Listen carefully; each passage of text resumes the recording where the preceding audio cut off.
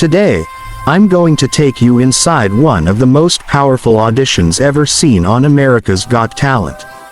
This moment didn't just stun the judges, it made Morgan Freeman cry, it made Simon Cowell whisper the word miracle, and it made the entire theater rise to their feet for a boy no one expected, a boy who came from a world far from fame and microphones and bright stages. A Filipino kid with a voice that didn't just sound beautiful, it sounded like it carried the weight of every storm he had lived through. Before the performance, before the cheers, before the standing ovation that shook the theater, there was only a quiet boy nervously rubbing his hands backstage. His name was Eliandro, but everyone in his barangay simply called him Eli. He was 14, painfully shy, and had flown to America for the very first time with a single backpack, 3 shirts, and a dream he never believed would reach this far. The cameras captured him breathing slowly, trying to stop his hands from shaking, whispering small prayers he learned from his grandmother. A producer asked him if he was ready, and he nodded even though he wasn't. Who could be? He had grown up singing not because he wanted to be famous, but because for him, singing was survival. Singing helped him forget the nights he slept hungry. Singing helped him drown the sound of typhoon winds ripping tin roofs off homes. Singing helped him imagine a world where he wasn't just another kid struggling to find enough money for school supplies. But today was different. Today the whole world might hear him. The narrator's voice softens as the camera cuts to the judges, Morgan Freeman, who had joined AGT as a special celebrity judge for the 2025 charity edition. Simon Cowell, more serious than usual, scanning the stage with narrow eyes. Heidi and Sophia smiling warmly, unaware of what was about to happen. The audience filled every seat, buzzing with energy. And then Eli walked out. The crowd quieted immediately. He looked small on that enormous stage. He clutched the microphone with both hands, not daring to look directly at the judges. Simon leaned forward, sensing the fear. Morgan Freeman offered a gentle smile that seemed to tell the boy, "I see you. I understand you." A soft trembling silence filled the room. Simon asked him where he was from, and Eli answered in a modest voice, saying he was from the Philippines, from a town most people had never heard of. There was no arrogance, no performance, only pure honesty. He explained he didn't grow up with much, that life had been difficult, that he almost didn't audition because he didn't think he was good enough. And then he said something that made Morgan Freeman sit back in his chair. "My grandmother used to tell me that when life hurts, just sing. Because the heart can survive anything if it can still sing." Morgan Freeman closed his eyes, visibly struck. Simon asked what he was going to perform, and Eli whispered the title as though saying it too loudly might break its magic. A slow, emotional ballad he had written himself. A song about holding on when the world lets go. Simon lifted his eyebrows, surprised. An original, from a 14-year-old. Written from a child who had already lived through more than most adults.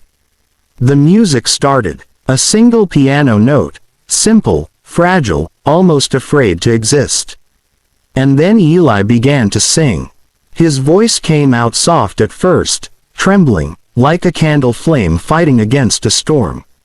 The words slipped into the air like whispers from a wounded soul.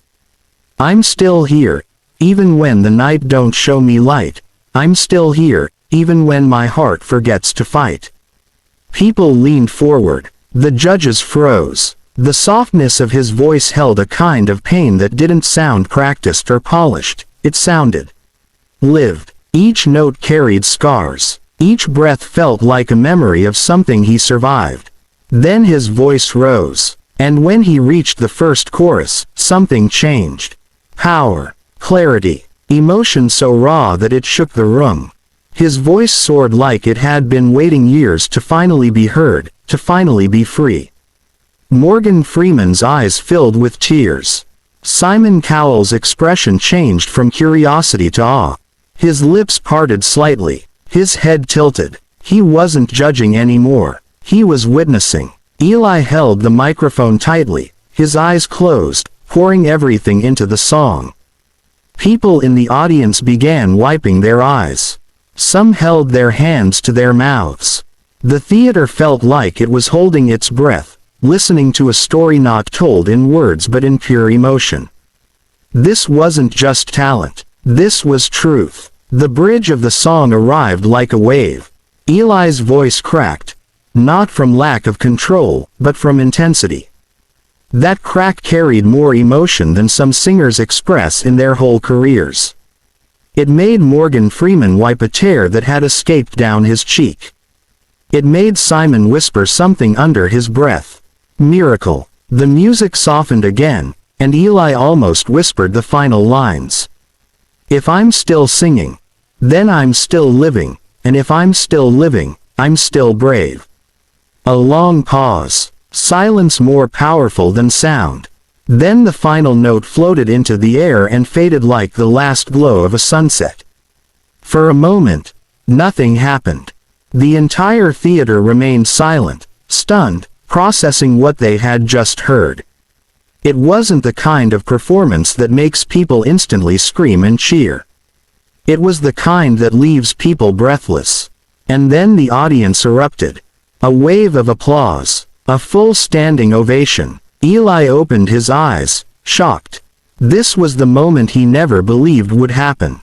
Tears filled his eyes instantly, and he covered his face with his hands. But the real moment was Morgan Freeman. Morgan stood up, slowly, reverently. He wiped his face again, trying to compose himself, but failing beautifully. And when he spoke, the world listened. He said, "Young man, your voice holds stories that adults spend a lifetime trying to understand. You sang not with your mouth, but with your soul. And I felt every word." The audience cheered again. Simon Cowell leaned forward, resting his hands on the table. His voice was quieter than usual when he spoke. Softer, more human. "What you just did," he said, "that wasn't normal. I don't even know how to judge that. You walked in here like a scared kid, but what came out of you, Eli, that was a miracle." Truly. Eli broke into tears. His whole body shook. This was the validation he never thought he'd receive. Heidi and Sophia were already crying. Sophia said he had the gift of an angel. Heidi said she had never heard someone so young sing with such honesty. And then something unexpected happened. Morgan Freeman reached for the golden buzzer. The theater erupted into screams as Morgan slammed the button. Gold confetti exploded from above, swirling around Eli like a hurricane of dreams come true. The boy dropped to his knees, overwhelmed, sobbing into his hands while the confetti rained down on him. Simon stood up, clapping, smiling, one of those rare smiles he only shows when something truly extraordinary happens. He walked onto the stage with the other judges. Morgan placed a hand on Eli's shoulder. The boy looked up at him, still crying, and Morgan simply said, "You are meant for the world to hear." The confetti sparkled in the lights. The music swelled. Audience members continued crying. And in that moment, Eli's life changed forever. The narrator continues as we cut to backstage footage. Eli hugging his mother who had been watching from the sidelines. She held him tightly, whispering how proud she was. Producers rushing over to congratulate him. Camera crew wiping tears. Even the security guards smiled. This audition wasn't just a performance. It was a message. A reminder that sometimes the world's brightest talent comes from the most unexpected places. That pain can be transformed into beauty. That a boy from a simple home in the Philippines can stand on one of the biggest stages on earth and make legends like Morgan Freeman cry. The narrator's voice lowers, heartfelt. And that is why this audition will be remembered for years. Not because of the notes, or the technique, or the television moment, but because of the boy brave enough to sing his truth. The boy who reminded millions that miracles still exist. The story ends with Eli walking out of the theater into the night, holding his golden confetti in his hands, smiling through tears, knowing that his grandmother's words were right all along.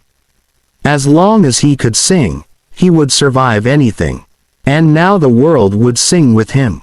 The screen fades out. The music fades. The narrator gives the gentle closing line. Thank you for watching. If this story touched your heart, share it with someone who needs a reminder that hope rises from the most unexpected voices.